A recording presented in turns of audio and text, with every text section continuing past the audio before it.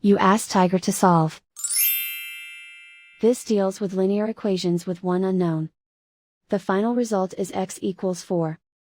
Let's solve it step by step. Simplify the expression. Expand the parentheses. Simplify the arithmetic.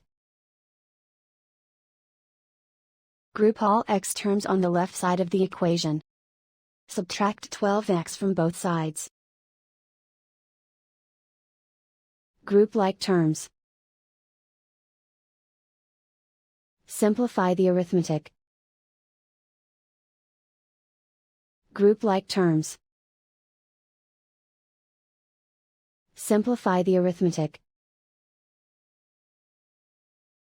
Group all constants on the right side of the equation. Subtract 66 from both sides. Simplify the arithmetic.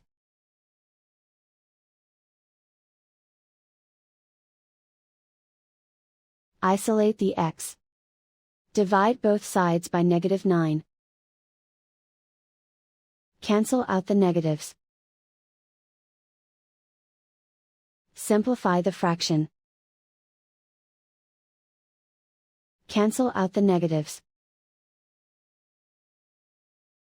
Find the greatest common factor of the numerator and denominator.